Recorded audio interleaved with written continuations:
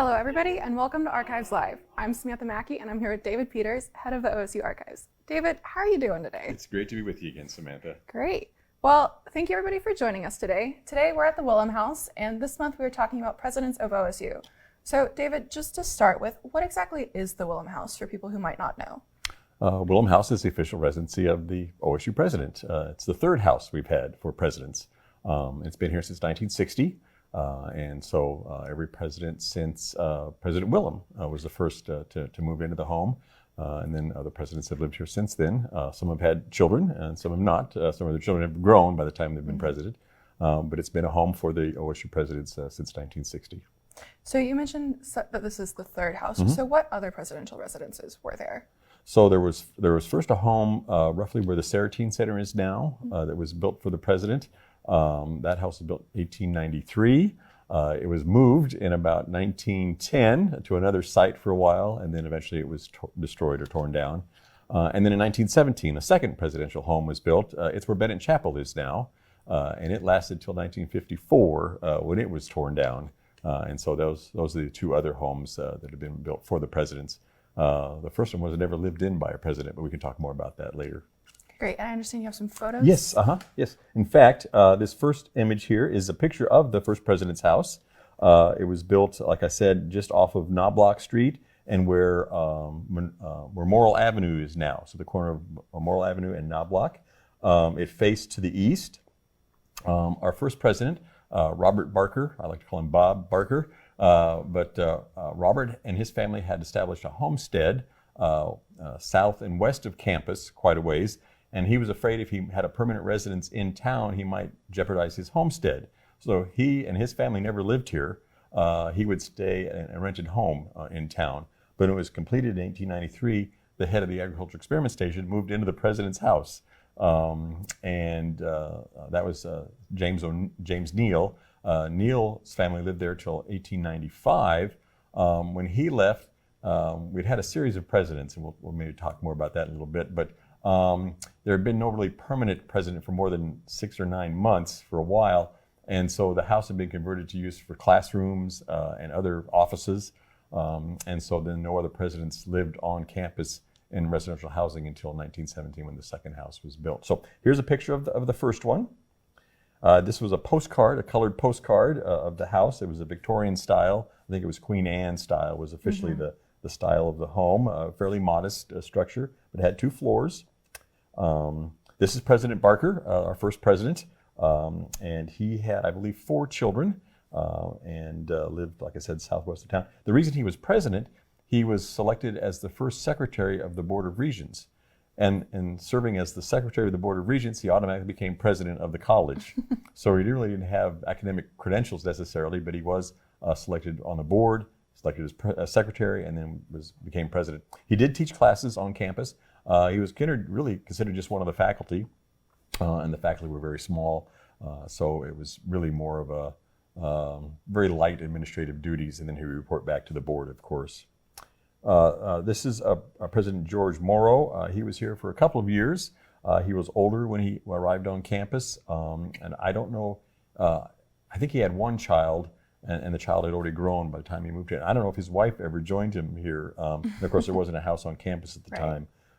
So that's. And then Angelo Scott came here in about 1896, 97, and served on the English faculty.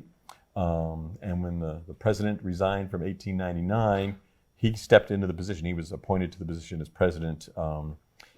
He was married. His wife lived here with him in town. They had no children. But he was president from 1899 till about 1908.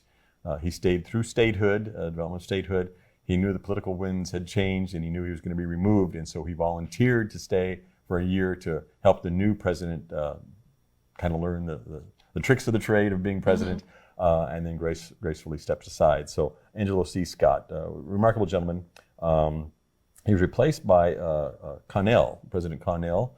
Connell was a Texan. He brought a bunch of his compadres with him up from Texas, and was president until about 1916, 1917. He's the one who introduced, he came from a publishing background, and he was the one who introduced the yearbooks on campus.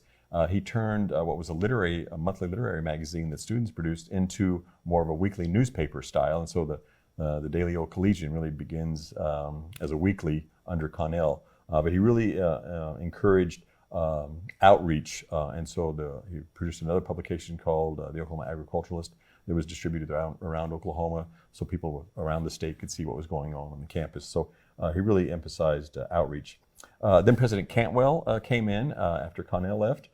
Cantwell had the largest number of children. He had 5 children, and they all were still at home. I think the older children enrolled at school and attended college here. He was president until 1921, I believe, but he arrived, like I said, in 1915, 16, kind of overlap with Connell a little bit. And when he arrived and with his 5 kids, I think they decided they need to have another home for a president on campus. So that's when the home that was built where Bennett Chapel is now was constructed, completed in 1917. The Cantwells were the first family to move in there, and then they stayed there until about 1921 or so. And we've got some pictures of that house here eventually. Oh, and that's it for this first set of pictures. So we'll stop there. Great, thank you. Well, if you're just now joining us, welcome to the Archives Live. I'm here with David Peters, and we're here today in the Willham House. And this month we are talking about OSU presidents. So if you have any comments or questions, feel free to put them in the comment section below, and we will read them live on stream today. So David, you mentioned a little bit about how Rob Barker was selected as president. How are the presidents selected over time, and especially today? So over time, the Board of Regents is still actively involved in that selection process. For a while, we were under the Board of Agriculture for the state of Oklahoma, and then now, of course, we have our own Board of Regents for A&M colleges. But the board was instrumental in hiring those positions. Previously, the board was, this is before World War II especially, the board was fairly political. I mean, they were appointed by political figures, and so they were political themselves. And so we had several times where we had quick transitions of the college presidency because it was mostly politics. But with the creation of our own board, which was kind of an independent body under our state board of higher regents, the board then would actively select presidents. But as time goes on, especially after World War II in the 50s and 60s, they began integrating others into that process. And so the faculty began having a say, participating in the selection committee, or at least the recommendation committee. The students began having a say. They started including more of the community in the process leading up to the selection of a president. So the board still officially provides or contracts with the president, but it's much more of an inclusive process now, involving a number of individuals from the campus and the community. And so I think it's much more open now. So it's kind of modified through the years. Great. So how has the role of OSU's president changed over the years? So like I said at the beginning, we had with President Barker and those first, even before statehood, they're really just one of the faculty who has a few administrative duties where they sign off on things, but it's really limited to a few administrative duties and then academic efforts. By World War II, it becomes a much more administrative role. We begin to have our schools become colleges eventually. We have more administration. We begin to have vice presidents and deans, and so it becomes much more of an administrative role in the academic activities of the university. But post-World War II, and especially beginning in the 50s and 60s, the president's role becomes one of really a CEO almost. There's all aspects of the institution, not just the academic aspects, and eventually we hire a provost then to take over many of the academic responsibilities, because the president has a role both in meeting with political folks, both in legislature, governors, others, have a role with business and entrepreneurship, but providing access for business and business involvement with the campus. And as our funding resources have changed, it's been necessary for the president to reach out to others to find that funding in a variety of different ways. And so they're much more, like I said, a CEO over the campus, and involved with alumni, donors, just a great deal of activity involving a number of people. And it's very important for them to build relationships. And I think President Bennett was a perfect example of that. Bennett built relationships with anyone he thought could help the institution. He dealt with business leaders, political leaders. He dealt with the community, and he was not the first exclusively to do that, but the first to really expand and build a network and really support the establishment of the Alumni Association to expand its role. And so it's critical for all presidents going forward to build relationships with all of those communities. So it's changed quite a bit. Great. So how has the role of the presidential families changed? Like, what is that role today? So I think what's happened over time, initially spouses really had very little to do with the campus, but especially with President Bennett and his wife Vera. Bennett was our longest serving president. He was president for 22 and a half years. And so they really established themselves as a couple on campus. And many people, if they couldn't, and Bennett was a busy man, so if they couldn't reach Henry, they'd try to reach out to Vera. And she was a co-partner in this. And this is like during the Depression. Students who arrived on campus, sometimes they arrived without any shoes, without a job, without any money. And so then she was instrumental in helping them find like jobs on campus, or she knew who for them to contact in the community to help them. But Vera Bennett really played a role as the first lady of campus. And then since that time, Mrs. Willham was actively involved, Susan Willham, Mrs. Com, Maxine Com. So just from that point on, and of course now we have our First Lady, Ann Hargis, who's actively involved, instrumental in many activities on campus, and has begun many things. Our pet posse, that was all initiative from her. And so they're much more integrated into the life of the campus and assisting the role of the president and additional activities where they are turned to for their expertise and guidance. Now, children haven't really had any administrative or leadership roles, but many of the children since, especially the Bennetts and before, who are of college age, have attended school here. Bradford Knapp's son, Bradford Jr., graduated in 1926. Animal husbandry was his major, but went to school here. And so we've had a number of presidential families, their children who are college age, go to school here and do well at campus. So President Cantwell, I think his son later went on to be a pilot. But he started here at OSU. It was at Oklahoma Agricultural Mechanical College at the time. Right. Yeah. Great. So I understand you have more photos to Got share. more pictures. Okay. So this first picture is of the president's house, the second president's house that was constructed in 1917.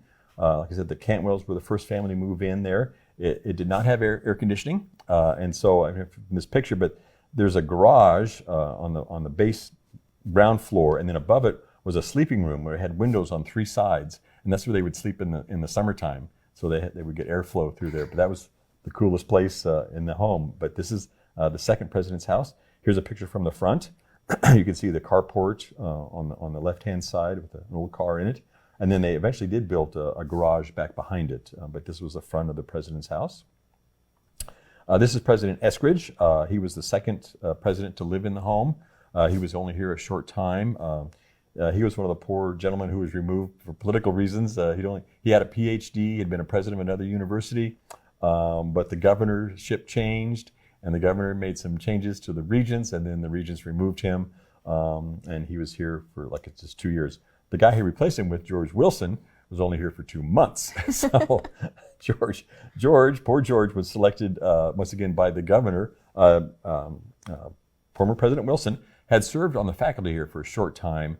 He had a 2-year college degree. He had an associate's degree and had taught in mathematics. But George was here for 2 months. But there was he was never received well, and he was removed. And within a short time, then Bradford Knapp came in as our next president. And Knapp has a lineage. His father was Seaman Knapp, who helped establish the agricultural extension efforts throughout the United States. So Bradford Knapp then came in. He's the one whose son was in animal husbandry and lived in that second house. And then here's another picture. It's a wintertime shot of the picture. This is later. This is probably closer to the end of the Bennett era. The Bennetts, of course, lived in the house from 1928 till 1951. And then, of course, both Henry and Vera were killed in the plane crash. The Willhams, who were he was the vice president at the time. They had a home nearby in College Gardens, and they said, well, they didn't need to move to campus after he was named president. And so when that house then was torn down in 1954, and no one else lived in it after the Bennetts. So, oh, and there's Henry Bennett himself. Let's see, and there's Henry and Vera Bennett. Wonderful couple, like we talked about earlier, a real partnership in managing activities on campus. She was actively involved with a number of the faculty spouses at the time, and at the time most of the faculty spouses were women. And so things have changed with that too. But they were a real collaborative partnership, active both on campus and in the community. And then here's President Willham, Oliver Willham. He was our first president to have been a student at Oklahoma State University, Oklahoma A&M. And of course, our current president was also our second president now who graduated from this institution. But Willham was president here. He finished up from 1951 when Bennett passed through 1966. And so he was the second longest serving president on campus. So Bennett's number one, Willham's number two. And I think that's it for this section. Great. All right. Well, we have a question from William. All right. And he wants to know, who do you feel were some of the most influential presidents? Well, thank you, William, for that question.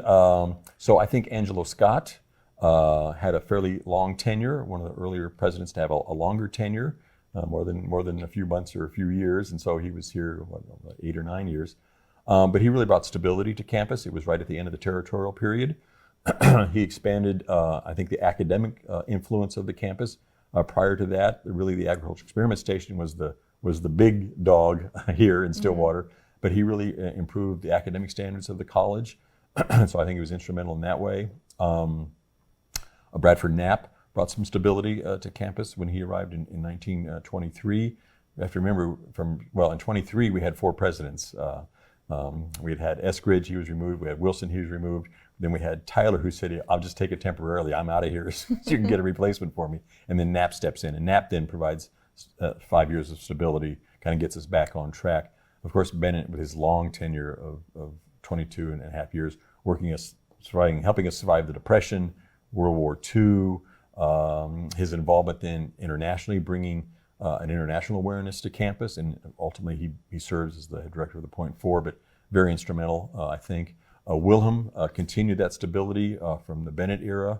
It's hard to, I feel like every time I mention somebody, I'm leaving somebody else out, but President Comm, President Boger, President Halligan, President Schmidley, now President Hargis. I mean, they've all had a role in helping nurture this place and have built relationships both within this community and this college. And so I probably named too many, but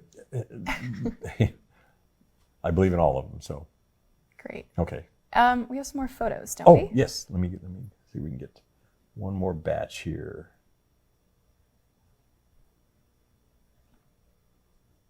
Okay. There we go. So this was the site where we are now. This was Willham House before it was constructed. So it was out on the prairie north of Stillwater at 1600 Washington Street, which was a play kind of on 1600 Pennsylvania Avenue where the White House is. Initially it was just called the President's House. But the Willhams, even though they hadn't lived in presidential housing after he was named president in 1951, they were given an allowance. I think it was $400 a month. And they just put that in an account. And it grew for their first 9 years of their presidency. And then they gave that back to the institution to help pay for Willham House. Originally, Willham House was $60,000, and they provided roughly $45,000 of the house for the president. So they were very generous in doing that. And so here's just a few more pictures of the site.